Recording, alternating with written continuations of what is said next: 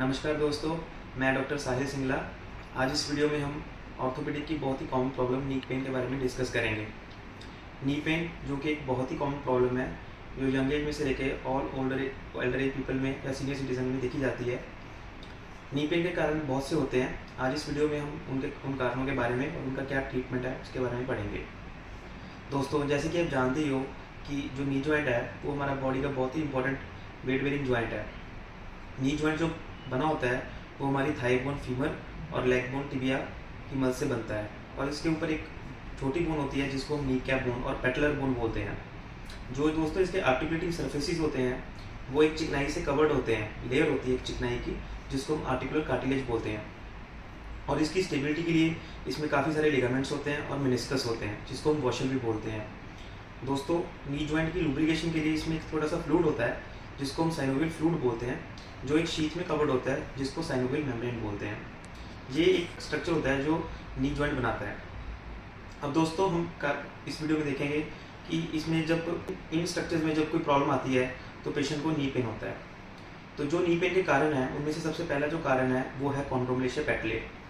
इसमें क्या होता है दोस्तों, जो हमारी नी कैप बोन होती है, पेटलर बोन होती है, जो उसके पीछे कार्टिलेज की लेयर होती है, उसमें थोड़ी सी घिसावट आनी शुरू हो जाती है, तो उससे पेशेंट को पेन होना शुरू हो जाता है। ये pain usually young age patients को होता है, जैसे कि 15 ईयर्स ऑफ एज से लेके 40 ईयर्स तक। ये उन पेशेंट्स में ज़्यादा कॉमन होता है जो कोई स्पोर्ट्स एक्टिविटी में इन्वॉल्व है, जो कोई जिम लवर्स हैं या आर्मी पर्सनल्स हैं जो काफ़ी ज़्यादा ट्रेनिंग कर रहे होते हैं। ये यूजली जो बीमारी होती है ये वियर एंड टियर की बीमारी है, ओवरयूज एक्टिविटी के कारण होती है। तो इसका ट्रीटमेंट बेसिकली दोस्तों होता है कि हम अपनी जो डेली एक्टिविटीज़ हैं उनको रिस्ट्रिक्ट करें, और इसमें हम जो मेडिसिन प्रिस्क्राइब करते हैं वो cartilage formation and cartilage damage prevention drugs होते हैं जो हम इसमें देते हैं, और पेशेंट को इससे बेटर फील होता है। दूसरा दोस्तों जो बहुत ही इंपॉर्टेंट कॉज है वो है ऑस्टियोआर्थराइटिस। जैसे कि दोस्तों आपको पता ही है कि ऑस्टियोआर्थराइटिस की प्रॉब्लम तो बहुत ही कॉमन प्रॉब्लम है, जो लगभग हर एक फैमिली में एक फैमिली मेम्बर को तो होती ही है। ये बहुत ही कॉमन प्रॉब्लम है 40 to 70 ईयर्स ऑफ एज की। इसमें यूजली पेशेंट को बहुत सारा पेन होता है, पेशेंट की डेली एक्टिविटीज रिस्ट्रिक्ट हो जाती हैं, चलना फिरना कम हो जाता है, सीढ़ियाँ चढ़ना मुश्किल हो जाता है। दोस्तों, यूजली जो इसके रिस्क फैक्टर्स हैं ऑस्टियोआर्थराइटिस के, वो यूजली या तो फैमिली हिस्ट्री होती है पेशेंट की ऑस्टियोआर्थराइटिस की, या पेशेंट का वेट ज़्यादा है, या पेशेंट जो ज़्यादा इंडियन टॉयलेट यूज़ करते हैं या स्टेयर चढ़ते हैं, उनमें ये ज़्यादा देखा जाता है। दोस्तों, जब भी आपको नी ऑस्टियोआर्थराइटिस की प्रॉब्लम शुरू होती है तो इसकी स्टेजेस होती हैं, ये विद टाइम बढ़ती जाती है। इस प्रॉब्लम को जब भी हम देखते हैं तो हम पेशेंट के एक्सरेज करवाते हैं। एक्सरेज में हम बेसिकली हमेशा पहले देखते हैं कि पेशेंट किस स्टेज से सफ़र कर रहा है। अगर तो पेशेंट यूजली स्टेज 1 स्टेज 2 में होते हैं तो पेशेंट को हम यूजली प्रिस्क्राइब करते हैं कि आप लाइफस्टाइल मॉडिफिकेशंस करो, और पेशेंट को हम मेडिसिन प्रिस्क्राइब करते हैं जैसे कि calcium and vitamin D supplements, और कई पेशेंट्स को इंट्राआर्टिकुलर इंजेक्शन की भी ज़रूरत पड़ती है। और जो पेशेंट लोगों दोस्तों स्टेज 3 या स्टेज 4 में पहुंच जाते हैं उनको हम usually knee replacement surgery prescribe करते हैं। तीसरा जो काफ़ी कॉमन कॉज है नी पेन का वो होता है नी साइनोवाइटिस। इसमें क्या होता है, जो नी जॉइंट में जो साइनोवियल फ्लूइड होता है, जो साइनोवियल मेम्ब्रेन में कवर्ड होता है, उसके अंदर इन्फ्लेमेशन स्टार्ट हो जाती है और पेशेंट को वो यूजली प्रेजेंट करता है पेन। पेशेंट को टेंडरनेस फील होती है, पेशेंट को नी जॉइंट के अराउंड स्वेलिंग होती है, रेडनेस होनी शुरू हो जाती है, बाउंड हो जाती है। साइनोवाइटिस दोस्तों किसी भी एज में हो सकता है। साइनोवाइटिस के काफ़ी कारण हो सकते हैं। जो इंपॉर्टेंट कारण है साइनोवाइटिस के, वो या तो गठियावाद की बीमारी जैसे जिसको हम रूमेटॉइड आर्थराइटिस बोलते हैं उसकी वजह से हो जाता है, या फिर यूरिक एसिड की वजह से जिसको हम गाउटो आर्थराइटिस बोलते हैं उसकी वजह से होना शुरू हो जाता है, या फिर कोई इन्फेक्शन होगी जिसमें मोस्ट कॉमन ट्यूबरकुलोसिस की इन्फेक्शन है। दोस्तों, अगर आपको ऐसी प्रॉब्लम से आप ऐसी प्रॉब्लम को फेस कर रहे हैं तो इसमें आपको यूजली अपने नियर बाय ऑर्थोपेडिक सर्जन को हमेशा कंसल्ट करना चाहिए। वो आपका इस चीज़ का डायग्नोसिस बनाएंगे, और जो भी डायग्नोसिस बनता है जैसे कि गठियावाद का, रूमेटॉइड आर्थराइटिस का या यूरिक एसिड आर्थराइटिस का, तो उस हिसाब से ट्रीटमेंट शुरू हो जाता है। और ये ट्रीटमेंट यूजली थोड़ा टाइम लेता है और पेशेंट को रिकवर होने में थोड़ा सा टाइम लगता है।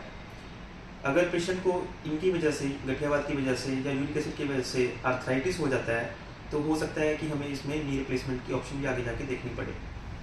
और जो दोस्तों कॉमन कॉजेज होते हैं नी पेन के, वो होता है पोस्ट ट्रॉमेटिक इंजरी। यूजली हमें जब कोई एक्सीडेंट या कोई ट्रॉमा हम फेस करते हैं तो कई बार क्या होता है कि हमारी बोन की इंजरी कोई नहीं होती है, बट हमारे सॉफ्ट टिश्यू, लिगामेंट्स, मेनिस्कस में इंजरी आ जाती है। जैसे कि पेशेंट का ACL इंजरी हो सकती है, मेनिस्कस इंजरी हो सकती है। तो अगर आप इस चीज़ को फेस कर रहे हो तो आपको दोस्तों अपने नियर बाय स्पोर्ट्स सर्जन को जरूर इसके बारे में कंसल्ट करना चाहिए, क्योंकि इन इंजरीज़ को कभी भी हम डिले नहीं कर सकते।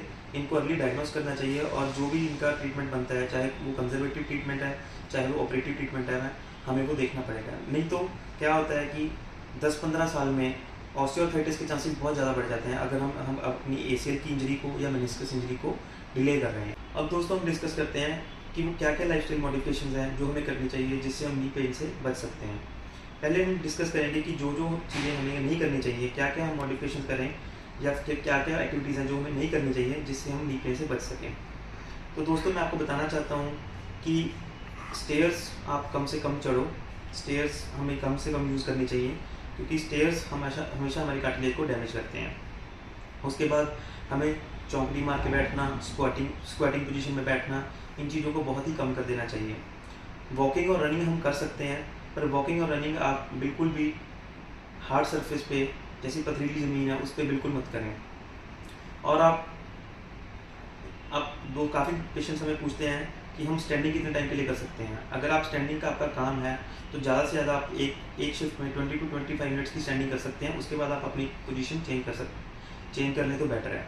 और दोस्तों जो हमें लाइफस्टाइल मॉडिफिकेशंस करनी चाहिए नी पेन से बचने के लिए, वो है जैसे हमें अगर ब्रिस्क रनिंग या ब्रिस्क वॉकिंग करनी है तो हम वो घास पे, कच्ची ज़मीन पे या मिट्टी पे करें। हम बैठने के लिए चेयर का यूज़ करें। हम सिटिंग या स्क्वाटिंग या सिटिंग क्रॉस लेग ना करें।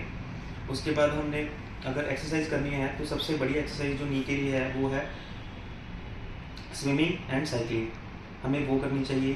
प्लस हमें अपना वेट को बहुत ध्यान में रखना है, BMI को मेंटेन करके रखना है। और हम अगर दोस्तों रेगुलर एक्टिविटीज़ में घर के काम करते वक्त हम नी कैप पहने और स्पोर्ट शूज़ पहने तो हम नी पेन से बच सकते हैं।